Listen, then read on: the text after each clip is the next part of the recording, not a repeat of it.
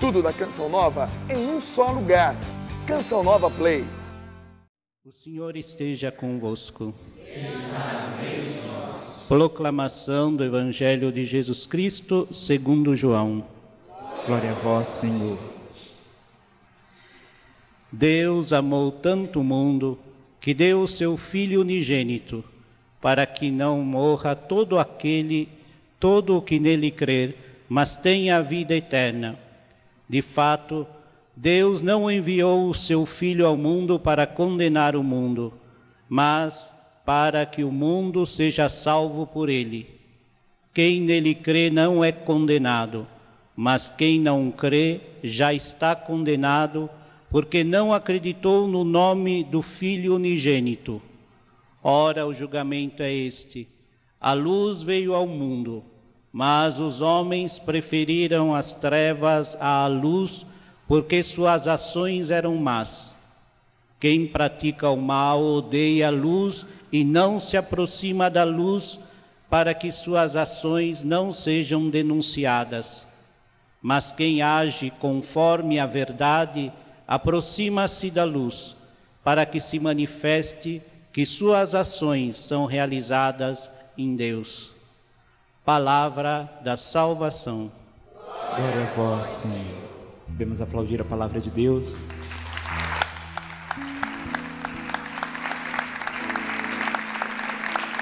Vai sentando e vai cantando o refrão do Salmo. Este infeliz gritou a Deus e foi ouvido, e foi ouvido. Este infeliz gritou a Deus e foi ouvido, e foi ouvido. O Evangelho de hoje é talvez uma das mais lindas passagens do Novo Testamento e certamente por isso também da Bíblia. Eu quero repetir para você, Evangelho de São João, capítulo 3, versículo 16, se você quiser acompanhar, acompanhe, e é bom que você em casa reveja, você depois pegue a sua Bíblia e reveja, Evangelho de São João, capítulo 3, versículo 16. De fato, Deus amou tanto o mundo que deu o seu Filho único, para que todo o que nele crer não pereça, não se perca, mas tenha a vida eterna. Pois Deus enviou o seu Filho ao mundo, não para condenar o mundo, mas para que o mundo seja salvo por ele. Meus irmãos, fica muito claro. Também deixa começar pela segunda parte, que é o versículo 17. Pois Deus enviou o seu Filho ao mundo, não para condenar o mundo. Deixa eu dizer, até as pessoas que estão no mundão, como é a expressão que às vezes nós usamos, o Pai não enviou o seu Filho para condenar o mundo, os que estão no mundo. Deixa eu dizer, os perdidos, os que pegaram caminhos errados e permanecem nos caminhos errados. Não, Deus não enviou o seu Filho para isso, mas pelo contrário, para que o mundo seja salvo por ele. Você sabe que o mundo está a serviço do príncipe deste mundo. O príncipe desse mundo, evidente, sem direito nenhum, mas conquistou o mundo. Quando eu digo o mundo, não é a terra, não é esse cosmos. Você sabe quando nós dizemos mundo, o que quer dizer uma pessoa mundana, o que são aqueles que nós dizemos vivem no mundão.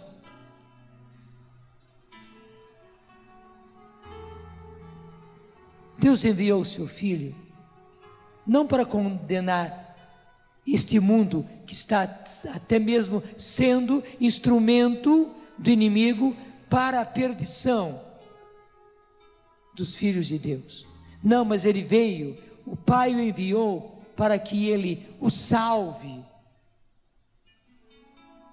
E é muito importante que nós entendamos isso, porque na verdade não existe duas qualidades de filhos, de criaturas: aqueles que são os bonzinhos e por isso, desculpe, os queridinhos de Deus, e depois existem os outros, os que estão no mundão, aqueles que não querem saber de nada.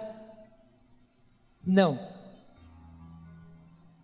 Concretamente, existem pessoas desse jeito. Até eu corrijo, porque não dá para ser simplesmente o queridinho de Deus. Nós bem sabemos que para ser de Deus é exigido de nós uma luta, uma busca.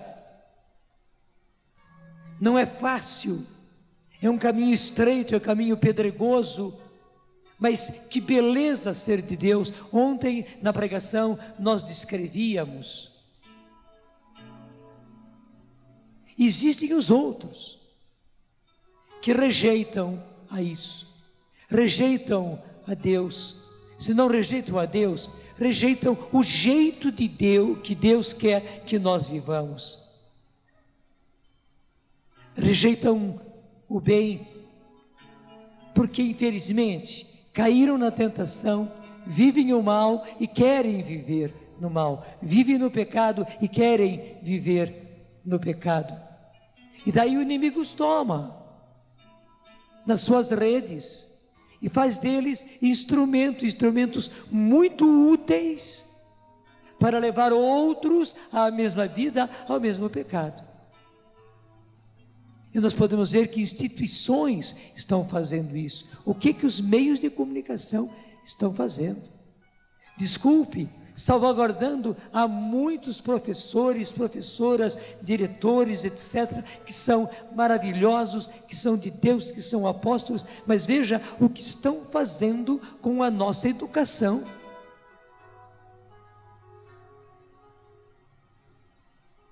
E nós podíamos caminhar. O que está acontecendo com a nossa política, o que está acontecendo com a nossa jurisprudência. Claro, advogados e juízes maravilhosos, mas você sabe também quanta corrupção nesse meio, e delegados de polícia, não preciso repetir, é só ver a televisão, ver as notícias, ler o jornal, escutar os jornais de rádio para vermos. É só abrir os olhos para a realidade para ver quanta corrupção. Se tornou um mundo que se posicionou contra Deus, não somente longe de Deus, afastado de Deus, mas que se tornou contra Deus e daí contra as leis de Deus, os mandamentos de Deus. Interessante, quando a Bíblia fala em lei de Deus, ela não está falando apenas em mandamentos, em ordens, porque em hebraico lei é Torá, e Torá para o judeu é a própria Bíblia.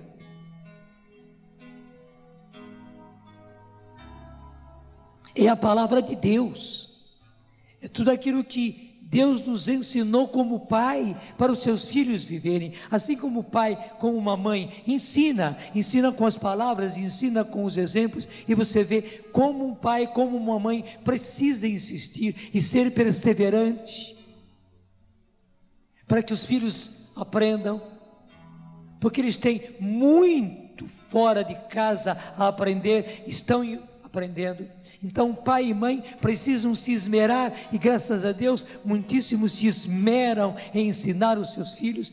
Meus irmãos, muito mais Deus, ainda mais sabendo da situação que nós estamos, Ele nos apresenta a sua Torá, que é todo o ensinamento da Bíblia, que no Novo Testamento é o Evangelho.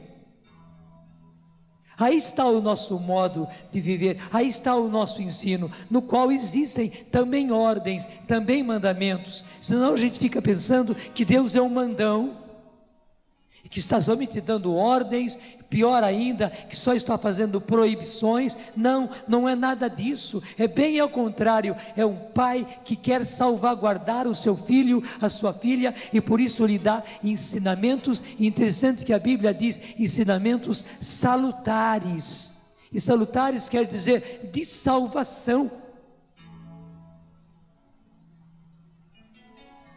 É assim que Deus nos ama. Eu repito porque é muito lindo. Deus amou tanto o mundo que deu o seu Filho único, para que todo o que nele crer não pereça, mas tenha a vida eterna. Pois Deus enviou o seu Filho ao mundo não para condenar o mundo, mas para que o mundo seja salvo por ele. Mas um pouco depois continua, já versículo 19, esse capítulo 3 do Evangelho de São João, 19, vai dizer: ora, o julgamento consiste nisso. A luz veio ao mundo, mas as pessoas amaram mais as trevas do que a luz, porque as suas obras eram más. Meus irmãos, isso não é poesia, isso não é conjectura, não, é a palavra de Deus nos mostrando esta realidade. Por que existe um julgamento? Interessante para um judeu, julgar era como colocar numa peneira e ficar peneirando para que o ruim saísse tudo e sobre a peneira só ficasse o bom, como a gente faz. Quem peneira café, por exemplo, é até bonito, né? É uma arte. Eles até pegam a peneira para sair todas aquelas folhinhas e aqueles gravetos e tal. Eles, com muito jeito, pegam a peneira e fazem aquele café, aqueles grãos de café subir para o alto, porque nesse gesto, aquelas folhinhas, aqueles restinhos são levados pelo vento, pelo próprio movimento, e como o grão é mais pesado, cai logo, e a gente percebe que o que está peneirando logo tira de lado a peneira, para não cair aquelas folhinhas, etc, etc. Para ele julgar era isto, era separar o bom do ruim. E é isso que o Senhor está dizendo nesse trecho lindo, mas que precisa ser completado. Ora, o julgamento consiste nisso. A luz, que é Jesus, veio ao mundo, mas as pessoas amaram mais as trevas do que a luz, porque as suas obras eram más. Pois todo o que pratica o mal odeia a luz e não se aproxima da luz, para que suas ações não sejam denunciadas. É interessante, quando as pessoas pegam um caminho errado, quando as pessoas pegam um caminho de vício, de pecado, parece que vai se criando dentro dela um medo de Deus, um afastamento de Deus, das coisas de Deus, e não querem saber nem mesmo de pessoas de Deus. É uma espécie de medo dentro deles. É disso que está falando a palavra de Deus. Como Adão e Eva, que depois do pecado ficaram com medo de Deus e foram se esconder, do modo de falar da Bíblia, né? Quando Deus veio naquela tarde para estar com eles, para dizer que Deus tinha muita intimidade com eles e eles com Deus. Quando Deus veio, eles se apavoraram e se esconderam. É assim que, infelizmente, muitas pessoas fazem. E por isso não vão para a luz, para que a luz não revele o seu interior. a sua vida, as suas trevas, os seus vícios, o seu pecado. Não revele os segredos do seu coração. Mas Jesus foi obrigado a dizer isso, mas a primeira parte é a que rege. E Deus não quer que ninguém caia nesta segunda parte, porque é terrível.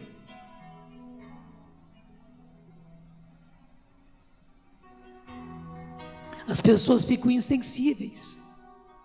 Deixa eu dizer uma coisinha. Talvez aconteça na sua própria casa. Você gosta de ver a televisão Canção Nova, como está vendo agora. Você gosta de ouvir a rádio Canção Nova, como talvez esteja ouvindo agora.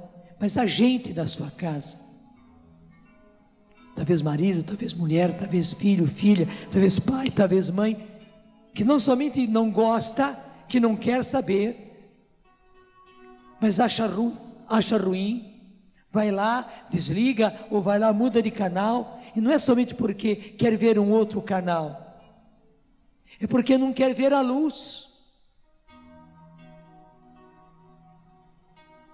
Jesus é obrigado a mostrar essa segunda parte, porque, deixa eu dizer, eles são os coitados, vítimas da situação, e o inimigo faz justamente com que eles tenham esta reserva, esta precaução, essa repugnância, essa rejeição. Não é da Canção Nova, mas é da luz que vem do Evangelho, que vem da palavra de Deus, que vem do próprio Deus. Mas o mais importante é a primeira parte, porque Deus amou tanto o mundo que deu o seu Filho único, para que todo o que nele crer não pereça, mas tenha a vida eterna. Diga comigo no singular, no pessoal: Deus amou tanto a mim, que enviou o seu Filho único, para que eu não pereça, mas para que eu tenha a vida eterna. Porque Deus enviou o seu Filho a mim, não para me condenar, mas para que eu seja salvo por Ele. Você pode trocar o mim, o você, o eu, pelas pessoas da sua casa, um por um, até aqueles que lhe dão mais preocupação.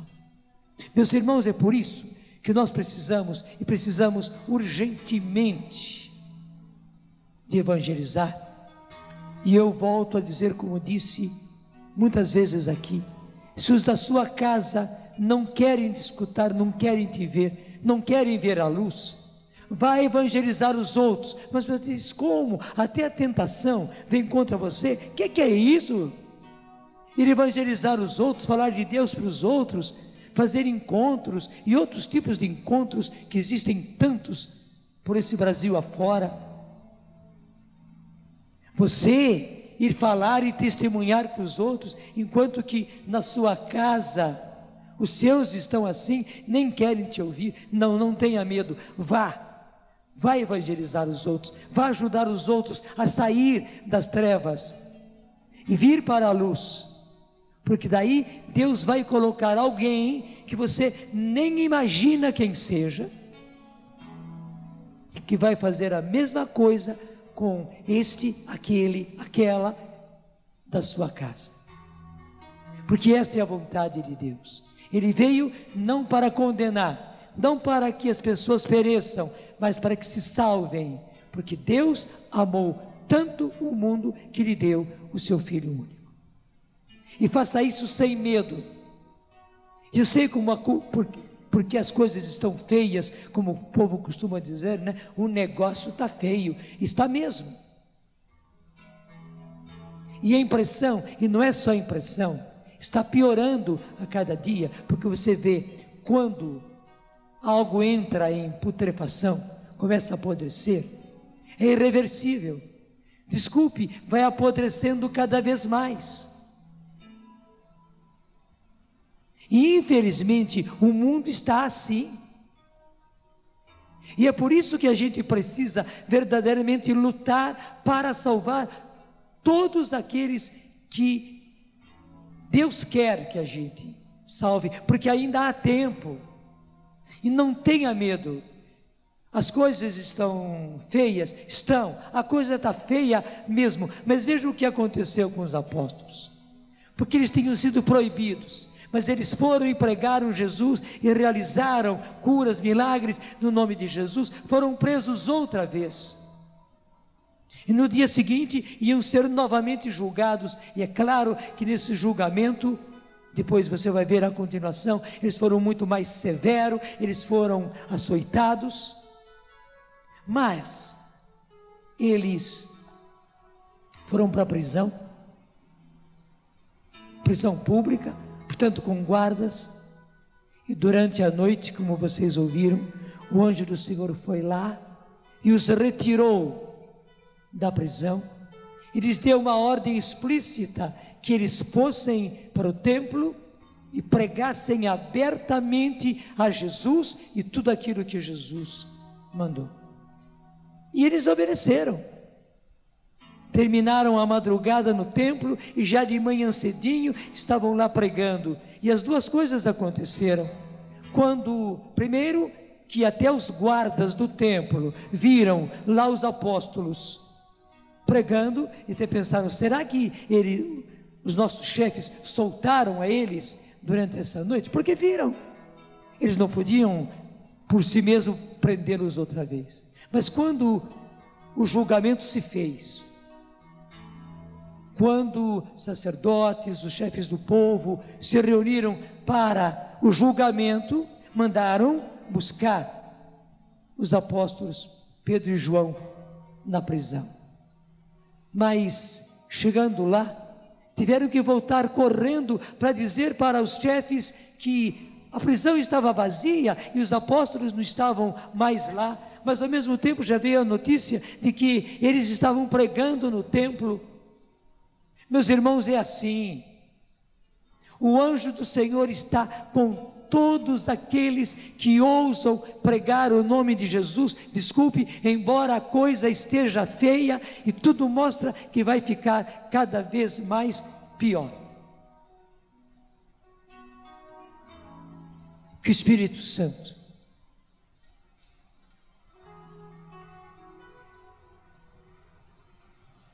e nós estamos nos preparando para recebê-lo em abundância nesse Pentecostes, e o receber em abundância, sermos cheios, repletos do Espírito Santo desde agora, de modo que Pentecostes seja uma explosão, que esse Espírito Santo dê a você a coragem daqueles apóstolos, porque você enfrenta com coragem o mandato de Deus, que é ir e evangelizar. E se as coisas forem contra você, saiba, o anjo do Senhor está aí, mandado para o Senhor, para até mesmo tirá-lo da prisão. Quer dizer, para lhe dar toda a proteção. Não tenha medo. Ponha Deus em primeiro lugar. Ponha a salvação dos seus irmãos em primeiro lugar, porque por isso que Jesus foi enviado. E você vai ver como realmente aquilo que aconteceu com os apóstolos, de um jeito ou de outro, seja a situação na qual você seja envolvido, pego, preso, acorrentado, o anjo do Senhor lá estará para libertar você e colocar você novamente em ação, porque é preciso que Jesus seja conhecido. Por quê?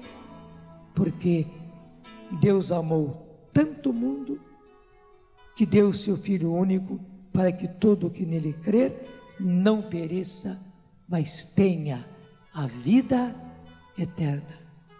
Em nome do Pai, do Filho e do Espírito Santo. Amém. Tudo da Canção Nova em um só lugar. Canção Nova Play.